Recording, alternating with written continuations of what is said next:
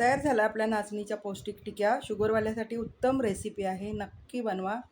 लहान मोठे सगळ्यांना आवडणार. आवडल्यास लाईक, कमेंट आणि सबस्क्राईब करा फ्रेंड्स. हाय फ्रेंड्स, कसे आहात? आज मी बनवते आहे मिक्स पिठाच्या टिक्या. इकडे मी 1 वाटी नाचणी पीठ घेतलं आहे, 1 वाटी मकाचं पीठ घेतलं आहे, ज्याची आपण भाकरी बनवतो ना मका, त्याचं पीठ घेतलेलं आहे आणि 1 वाटी बेसन पीठ आहे. इकडे कोथिंबीर आहे, 1 शिमला मिर्च कापून घेतली आहे आणि 1 कांदा आहे. आता आपण पिठामध्ये हे सगळं मिक्स करून घेऊया.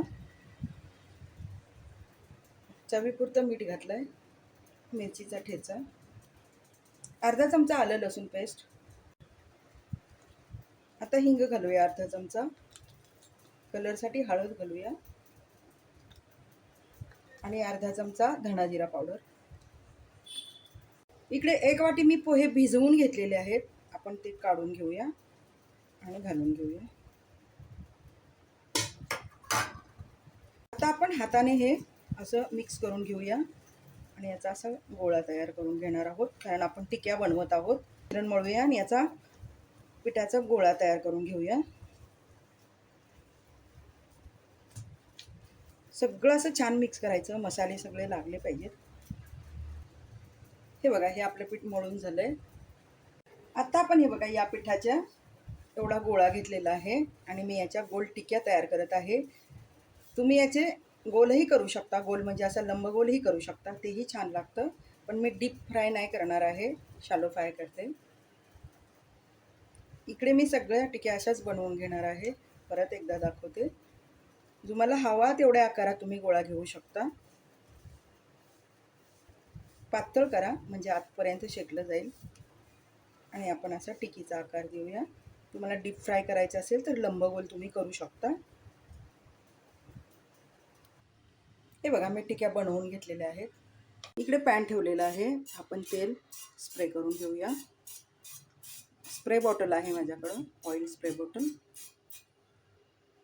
आता आपण एक एक करून टिक्या सोडून देऊया.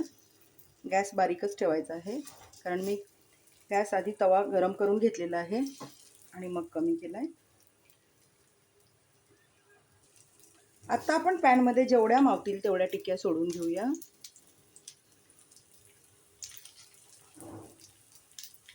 आणि खरपूस शेकून घेणार आहोत. शुगरवाल्यासाठी नाचणी उत्तम आहे आणि तुम्ही त्याचा नाश्ता म्हणून या टिक्या बनवू शकता. भाकरी तर आपण खातोच, पण कधी कधी थोडासा वेगळा पदार्थ बनवायला काही हरकत नाही. उलटून घेतलेल्या आहेत. आत्ता दोन्ही बाजूनी छान अशा खरपूस शेकून घ्यायच्या.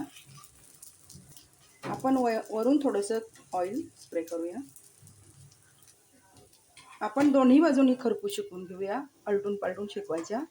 चिमटा घ्या किंवा झारा घ्या आणि अशा छान उलटवून शेकून घेऊया. हे बघा, दोन्ही बाजूने आपल्या टिक्या छान शेकलेल्या आहेत. पहा, कलर पाहू शकता. आता आपण काढून घेऊया. आता आपण सगळ्या टिक्या तयार करून घेऊया. या तुम्ही खोबऱ्याच्या चटणीसोबत किंवा लसणाची चटणीसोबत खाऊ शकता. मेयोनीज सोबत सुद्धा खूप छान लागतात. नक्की बनवा, तुम्हीही खा, तुमच्या मुलांनाही खाऊ घाला. तयार झाल्यात आपल्या नाचणीच्या पौष्टिक टिक्या.